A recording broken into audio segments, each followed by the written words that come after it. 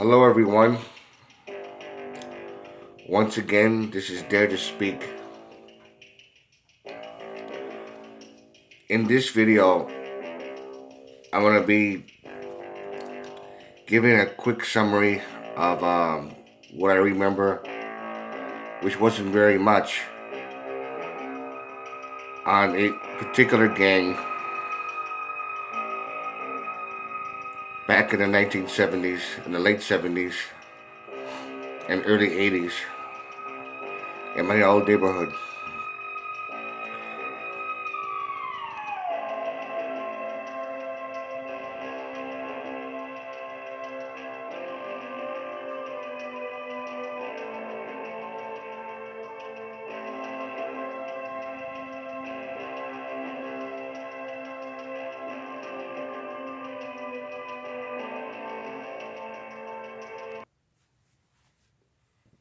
All right, I'm just going to start off by saying that my memory of this is not very much because I was a little kid. I was about 6 years old in 1978 in my old neighborhood. Uh, when I went to Cago Elementary School, which later on, as the years went by, I went to Kosciuszko Middle School in Milwaukee, Wisconsin, and then South Division High School.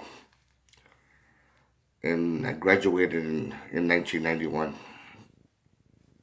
So I was class of 91 in South Division. At South Division, I mean. But back in the day when I was a kid, I was at Forest Home Elementary School at first, and then my family moved out. Me and my family moved, and I ended up going to Cago Elementary School. About a year about a year and a half later, because the neighborhood was nice back then. It wasn't all that bad. But then there was some elements of you know punks, like a little bit here and there as that I noticed.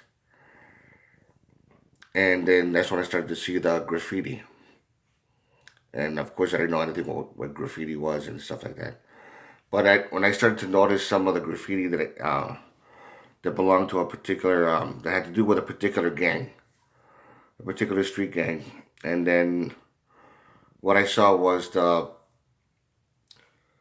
graffiti symbol of a giant cobra, and then the staff and the diamond, and then S and then C, and of course not even knowing what that is, but I saw it on the side of this one corner store. I would see it on the pavement on the cement in certain areas. I would see some of it carved in certain areas of the neighborhood, and I was wondering what they were. At that time, the street gang was the Spanish Cobras, and I don't remember that much of it as far as who was in it and stuff like that.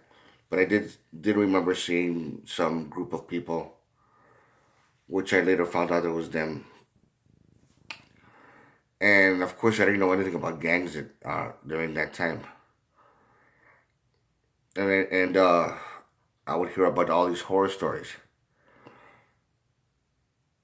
And now this is the time during like 1978, 1979, 80, and 81 when the Spanish Cobras were at its height of pretty much owning the whole neighborhood, or that area or that regional area of the neighborhood. Now this was before the Latin Kings were even before they started their chapter in Milwaukee, Wisconsin, in the south side of Milwaukee. So during that time, it was just the Cobras, and then of course in 1979, that's when Richard Medina, aka King Cobra, was gunned down. He was, like I say, assassinated, or whatever you want to say, however you want to look at it. And he was killed by the insane unknowns, and they were affiliated with the Latin Kings. So even though this happened in Chicago, his other brothers, which was Jamie Medina and his brother William, they're the ones that started the Spanish Cobra chapter in Milwaukee. So when he died, still knowing that his family, most of his family was here, from what I heard from one person, from one source, that his body was transferred, was taken over from Chicago, and he was buried here in Milwaukee. And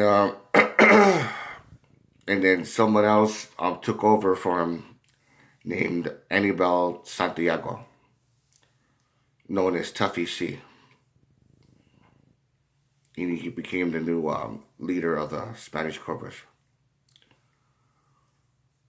So he was basically whether he became King Cobra himself, or just another, like whatever, because they have their ranks, they have their king, and then prince, and then and so on. And I remember certain little things here and there, but I never really got to see how big they were in numbers. But from what I heard, they were very large in numbers. And I remember hearing about all these different horror stories about what they do, that they're dangerous and this and that. And one particular newspaper that I saw about this one guy who was a Spanish Cobra, who was arrested and put in prison for killing an old man. It was some Puerto Rican guy. I don't know who it was, but I saw in a newspaper, and then he was gloating, like I don't give a fuck, that type of attitude. And then he just posed for the picture. When he was arrested, he was doing the Cobra sign, like going like this, or whatever hand he was doing. He had a big afro, and he was like he was proud of what he did, or he didn't give a shit. And that's when I got more and more like what the hell's up with this? I didn't know anything about this kind of stuff, and then I started to hear more and more stories. And back then, as a kid, I was like, why the hell? Why would somebody beat up an old man? And stuff like that, and beat him to death, you know. And then this was during the time when, shortly before breakdancing even started, like in 1980 and 1981. And hold on for 1 second. Oh man, I damn fucking high. Sorry, I'm just coming down with a bad cold. Fucking sucks. Um, so that's what I remember, which wasn't very much. And there was a time also, because they ruled up until 1983, because that's when the Latin Kings pretty much started growing. They started their chapter in 81, possibly 80, but 81. But they didn't grow large in number and become actually well known until 83. Now, I don't know if this is true. I honestly don't know, so please don't attack me on this if I'm wrong. But from what I heard from one source, because I was trying to find out why the Spanish Cobras lost control of the neighborhood that I used to live in and lost to the Latin Kings. From what I heard, some of the Spanish Cobras ended up going to prison for a lot of the stupid shit that they did. People that they either killed or hurt, or I think, or whatever shit that they were doing. Because they were big time troublemakers. So And then because William Medina went to prison also, and Jamie. So a lot of the strong, they were very charismatic type people. So there was no structure within the gang during that time, and they were starting to grow, and their numbers were getting smaller and smaller a little bit. And there was a time when a few of the Spanish Cobras um, decided to become Latin kings. They pretty much betrayed their own gang, and they became Latin kings. And so I guess they got influenced into it, or whatever the case may be. That's what I heard. And then an incident happened because when they started to really get bad with the fighting, there was a girl that was friends with some people from the Latin Kings and some people from the Spanish Cobras. She was friends with both of them, so she knew but a couple of people from both sides. Some kind of tragedy happened in which she ended up getting killed. Either she got shot or something. I don't even quite remember. But this is what I heard from this one source. She got killed as a result of it, and then they still wanted to battle for turf. So at her funeral, out of respect, both gangs showed up. The Latin Kings showed up with their colors, with their black and gold, or black and yellow, whatever. And the Spanish Cobras showed up with their colors, with the black and green. And they were both on opposite sides, showing their, paying their respects to the girl that they knew.